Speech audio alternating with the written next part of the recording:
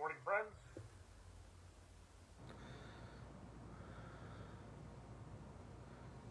Hello, hello.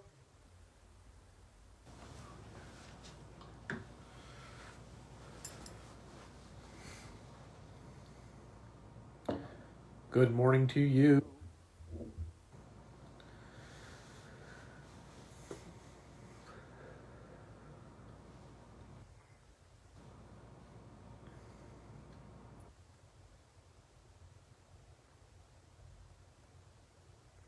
Good morning, Karen. How are you? We are late this morning. We've had technical difficulties all morning trying to get on Facebook. I had to drop back and go to the phone here. We couldn't get things through. So thanks for sticking with us. Good morning, Yvette. No amount of No amount of cajoling would get the my computer to connect this morning. So sorry for being late. Good morning, Donna. Hope you're doing well. Little winter scene mug this morning. Keeping up with the I don't know how much control I have over things here.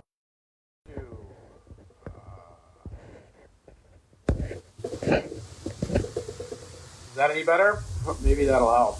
But we're on the fallback method here with phone, so I'm doing the best we can. So hope that helps.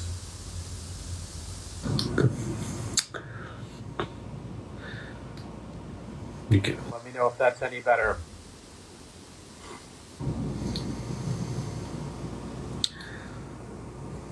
Good morning. All right. Let's get going this morning. Very good. Okay. Thanks, gang. Okay. So I want to talk this morning. So, hey, Phyllis, glad you're doing well.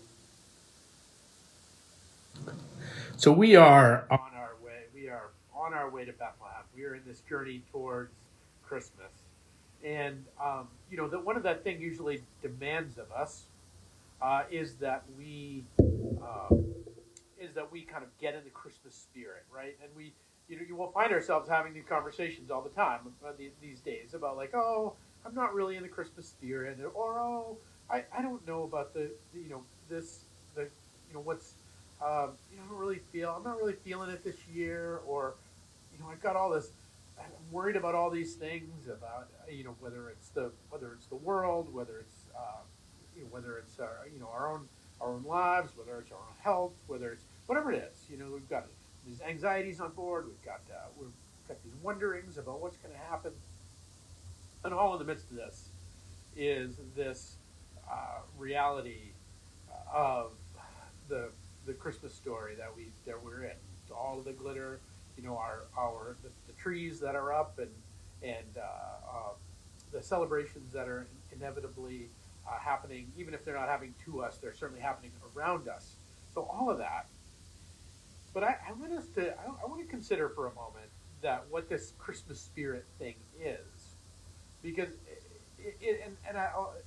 and because I think when we talk about Christmas spirit, and we can define this, right? We've got Miracle on 34th Street kind of going on. We've got these things of there's a thing of mercy, there's charitability, there's people holding doors, helping one another, and all these kind of moments of kindness that seem to be taking place.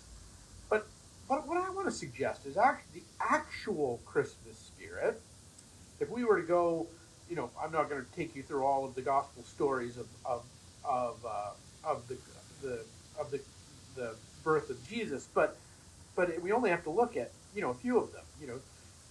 Mary goes with Joseph from Nazareth to Bethlehem for the census. Well, why do you drag a 14-year-old pregnant girl about to be a woman into to the outskirts of Jerusalem, away from her home when she is uh, about to give birth? Well, you do that when you're worried about her safety, because the whole idea that Mary was actually under threat from her relations, because Joseph wasn't the only one that knew that that Mary was a virgin.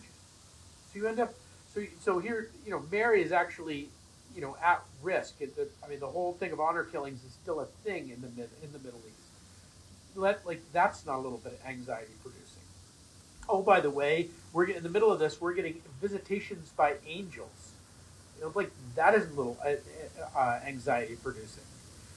Every visitation by angels, the first thing the angels say is, "Be not afraid." Well, okay, that's easy for you to say, Mr. Angel, but meanwhile, for us mere mortals down here, getting divine revelation is actually a pretty gorky thing. Also, Mary has come to this journey at the end of this journey with what? Next to nothing and no place to stay. How tiring is that? Mary's that meanwhile the cops are out to get him. Meanwhile, these magi are showing up, and these magi are and kind of tip Herod's hand that this child that is going to be the Messiah is born in Bethlehem. And what will happen in Matthew's gospel? It's the killing of the innocents. Herod will kill all the children under 2 years old. We think of this as a nice, glitzy, happy, presents around the tree kind of story.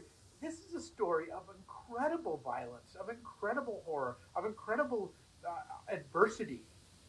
And if you're feeling, in the midst of the Christmas spirit, if you are feeling weary, well, yeah, everybody in the midst of that felt weary too. If you're feeling oppressed by the powers that be, well, everybody there was feeling oppressed by the powers that be as well.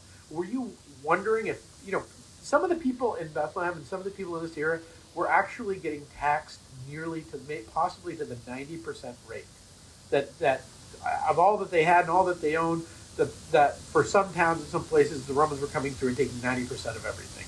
Just enough to keep their serfs and their servants alive. That if you're worried about what's coming at you, if you're wondering if God is going to even show up, because you've got all of these prophets. John the Baptist is not the only prophet telling the story of the Messiah that's coming. There's actually all kinds of them. That's why it wasn't that weird. But that yet none of them seem to yet pay off. All of this. If you're wondering what the Christmas spirit looks like, that's the Christmas spirit. And that's what our invitation to this season is meant. It is meant to combat. It is why we light the darkness. It is why we place an evergreen tree in the middle. It's not because some Germans used to do that. It's because there is life in the midst of all of this difficulty. One of the I have colleagues that and we used to do it in our church here that they would do what's called a blue Christmas service, which is this notion of we have where you kind of bring your griefs and there are griefs. We're going to have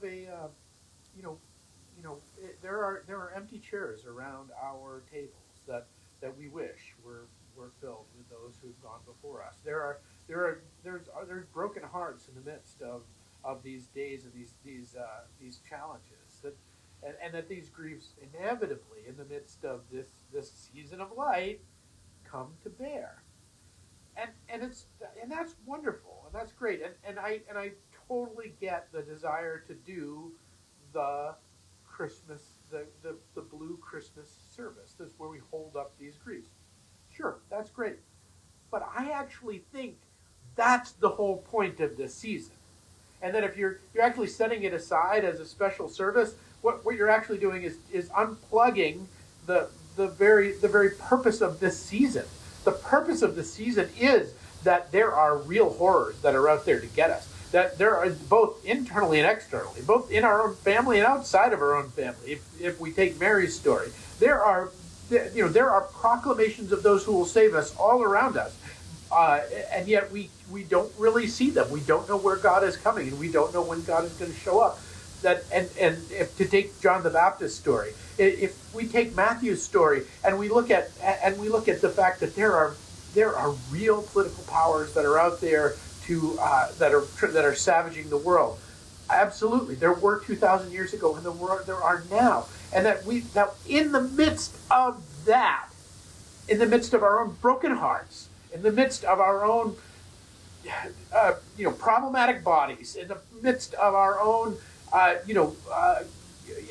chaotic families, in the midst of all of these things, though, in the midst of our own, of all the political and financial pressures that would push in the middle of that, we hold that up. We tell that story. That's what this whole story is about. That's the Christmas spirit. And that when we hold that up, when we lift that up, and when we say, even that, this child comes in the midst to overcome. Even that, this one who is born in Bethlehem comes to conquer and to set right and to free us from that worry and that pain and heal us from that brokenness and from that tragedy. That is the power of the season. That's the Christmas spirit. So friends, I want to encourage you not to push away your griefs in this day, but to bring them to Jesus. Don't push away the things that your worries and your anxieties. Bring them to the one who made you. Don't push away the ways that you really wish that chair and that table had your beloved in it. Don't push that grief away. Bring it in. Let it sit with you a while. Because those griefs and those challenges are right in they're a central part of what the birth of Jesus in this world is all about, and what it came to bring us. This knowledge and this reality that those empty chairs around the table, we'll see them face to face once again. The ways in which our bodies break down in this world, they'll be whole once again. The way our world is in chaos, and that the way pressures want to push in on us and want to dominate us, want to control us, and even seek to destroy us, there will be justice again. That's what this birth of this child declares.